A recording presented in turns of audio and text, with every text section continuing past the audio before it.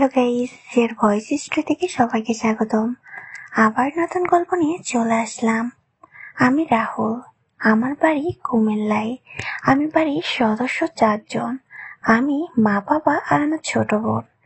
আমার বাবা ঢাকায় একটি বেসরকারি সংস্থায় ম্যানেজার পোস্টে চাকরি করেন।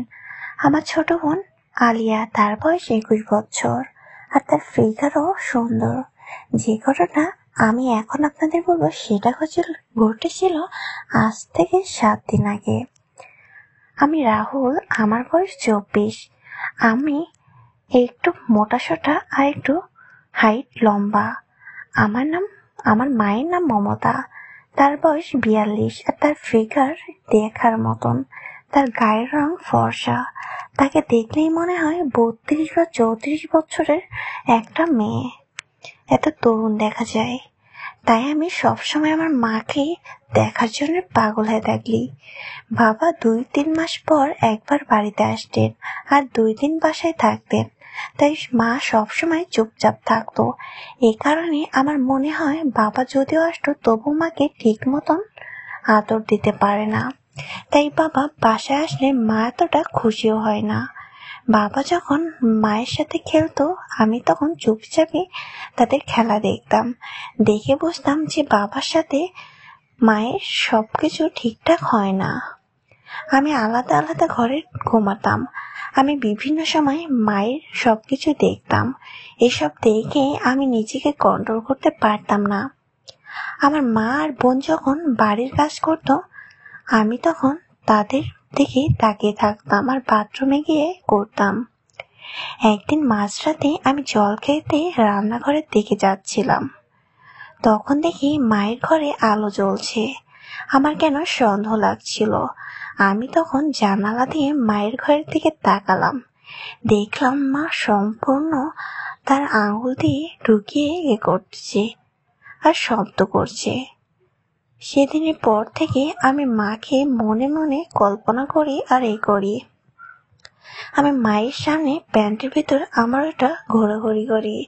মা আমার দিকে বারবার তাকায়। তারপর আমি মাকে দেখানোর জন্য সকালে আমার প্যান্টটা খুলে বাইরে শুয়ে থাকি। মা আমাকে 2-1 সময় ডাকতে এসে আমার দিকে চেয়ে থাকে। এতে আমি বুঝে গেলাম যে আমি মাকে করতে গেলেও মা কিছুই বলবে না, শুধু সঠিক সময়ের জন্য অপেক্ষা করতে লাগলাম। এতে ভাগ্য আমাদের সঙ্গ দিল।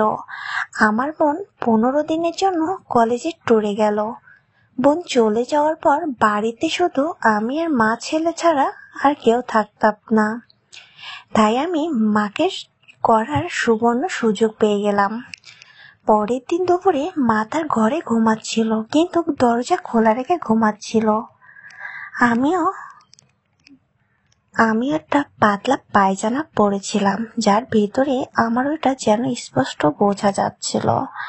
তারপর যখন মা ঘুম থেকে উঠলো, তখন আমাকে দাঁড়িয়ে থাকা অবস্থায় ওটা থেকে হাসলো আর বাথরুমে গোসল করতে গেল। গোসল শেষ করে যখন মা আমার ঘরে আসলো, তখন শুধুমাত্র তোয়ালাটা তার শরীরে বাঁধা ছিল, যার মধ্য দিয়ে তার বড় বড় বাগানের ফুলগুলো আর সবকিছুই বোঝা যাচ্ছিল। আমি গভীর ঘুমেছিলাম, তাই ঘরে ঢুকে তোয়ালা খুলে সারা শরীর ভালোভাবে মুছে তার কাপড় পরতে লাগলো। তাকে এভাবে দেখে আমার অবস্থা খারাপ হয়ে যাচ্ছিল। তারপর আবারও সেই রাতে আমি আবারও মায়ের ঘুমাতে গেলাম। মা সেদিন একটি পাতলা পরেছিল। আমি এত পাতলা কখনো পরেনি মা, আজকে মানে ইচ্ছে করে এটা পরেছে। যখন আমি তার পাশে ঘুমাতে যাই, সে তখন গভীর ঘুমে। তাই আমি তাকে পিছন থেকে এমন ভাবে জড়িয়ে ধরে শুলাম যেন সে মনে করছে ঘুমের ঘরে জড়িয়ে ধরেছি। আমি তাকে খুব শক্ত করে জড়িয়ে ধরি, কিন্তু দেখলাম তার কোনো সাড়া শব্দ নেই। তাই আমি শক্ত আমার খেলোয়াড়টা তার গায়ে লাগাতে লাগলাম। সেটা ভাষায় প্রকাশ করতে পারবো না। তারপর সে এভাবে শুয়ে রইল। এভাবে অনেকক্ষণ শুয়ে থাকার পর আমি আমার হাত একটা তার বাগানের উপর রাখলাম, কিন্তু সে আমার হাতটা সরিয়ে দিল না। এতে আমি ভয় না পেয়ে আবারও চুপি চুপি করে তার উপরে হাত রাখলাম। দ্বিতীয়বার দেখলাম হাতটা সরিয়ে দিল এবং চুপচাপ ভয় পেয়ে আমি ঘুমিয়ে পড়লাম। সারাদিন কোনোভাবে কেটে গেল। রাত্রে আবারও আমি মায়ের সাথে শোলাম।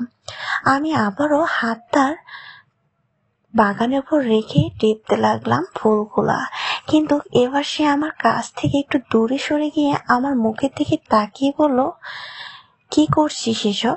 আমি তোর মা, আমার সাথে এসব করা পাপ। আমি বললাম, আমি জানি তুমি কিভাবে তোমার পিপাসায় ছটফট করছো। আমি চুপি চুপি দেখেছি যে বাবা তোমাকে পুরোপুরি সন্তুষ্ট করতে পারে না। আমার কথা শুনে মা চুপ হয়ে থাকলো। তারপর আমার দিকে তাকিয়ে বলল যে তোর বাবা আমাকে কখনোই সুখ দিতে পারে না, তাই আমি একা একা ওরকম করি। আমি মাকে সুযোগের সদ্ব্যবহার করে তাকে জড়িয়ে ধরে ঠোঁটে চুমু খেতে লাগলাম। এতে সে আমার বাধা দিতে লাগলো, কিন্তু কিছুক্ষণ পর তার শরীর ছেড়ে দিতে আমার তালে মিলাতে লাগলো। আমি আমার এক হাত তার বাগানের উপর রেখলাম।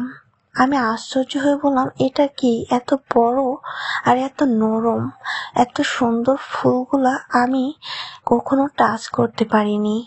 আরেক হাত দিয়ে তার আর একটা ফুল নাড়তে লাগলাম। এভাবে আমি প্রায় 15 মিনিট ধরে তাকে চুমু খাওয়ার পর আমি যখন তার ওইটা খুলতে যাব, সে আমাকে বাধা দিয়ে বলল, না রাহুল, এটা ঠিক না, এটা পাপ। কেউ যদি আমাদের দেখে ফেলে আর আমি যদি তোর বাবা জানতে পারে, তাহলে আমাদের দুজনকেই মেরে ফেলবে। মা, কেউ জানতে পারবে না বলে আমি আবারও মায়ের ফুলগুলো টিপতে লাগলাম, আবারও বাধা দিতে লাগলো। কিন্তু কিছুক্ষণ পর এতগুলো উপভোগ করতে লাগলো যে আমার কাজে সাহায্য করতে লাগলো। তার মুখ থেকে অনেক আওয়াজ বের হতে লাগলো। আমি তার চুমু দিতে দিতে তার হাত দিতে লাগলাম। সে কেঁপে উঠলো, শরীরে যেন বিদ্যুৎ চলে আসলো। তারপর আমার কিছুই করা লাগলো না, মা ইচ্ছে করে ওটা খুলে দিল। তারপর আমাকে চুমু দিয়ে আমার মাথাটা তার বাগানে ঠেসে ধরে তার ফুলগুলা চুমু দিতে লাগালো। এরপর আমি কিছুক্ষণ তার ফুলগুলা কামড়ে কামড়ে মুখে দিতে লাগলাম। তারপর তার সারা শরীরে চুমুই উত্তেজিত করে দিলাম। এরপর আমি আমার মায়ের কোনো কথা না শুনে তাকে ইচ্ছা মতন চুমু খেতে খেতে তার সবকিছু খুলে ফেলে আমার খেলোয়াড়টা বের করে তার মাঠে ঢুকে সেট করে নিলাম। আমি এভাবে প্রায় 20 মিনিট ধরে তাকে করলাম। অনেক জোরে জোরে করছিলাম আর মা অনেক মজাতে আনন্দে অনেক ছটফট করছিল। আমি তারপরে আমার ওটা বের করে সোজা করে তার মুখে ঢুকিয়ে দিলাম। আবারও সে চুষে আমার ওটা শক্ত বানিয়ে বলল, না রাহুল, আমি আর পারবো না, আমি মরে যাব, আজ আমার ব্যথা হয়ে গেছে। এটা বলল। আমি বললাম, কেন মা, প্লিজ আর একবার। এটা বলে আমার শক্ত খেলোয়াড়টা আবারও মায়ের মাঠে সেট করে খেলতে লাগলাম। এভাবে প্রায় আবারও 10-15 মিনিট খেলার পরে আমি মায়ের ওপর থেকে নেমে পড়লাম। মা আজকে পুরোপুরি সুখ পেয়েছে আর আমাকে জড়িয়ে ধরে অনেকক্ষণ ধরে শুয়েছিল। এরপর আমার বোন যত কয়দিন বাসায় আসেনি তত কয়দিন মা আর আমি এভাবে খেলে গেছি। আর বোন বাসায় আসছে তখন সেটা পরের বিষয়, কিন্তু এখন অনেক মজা নিয়েছি মায়ের কাছ থেকে। তো বন্ধুরা, গল্পটি ভালো লাগলে অবশ্যই লাইক করবা আর চ্যানেলে নতুন হয়ে থাকলে সাবস্ক্রাইব করে পাশে থাকবা। ধন্যবাদ সবাইকে।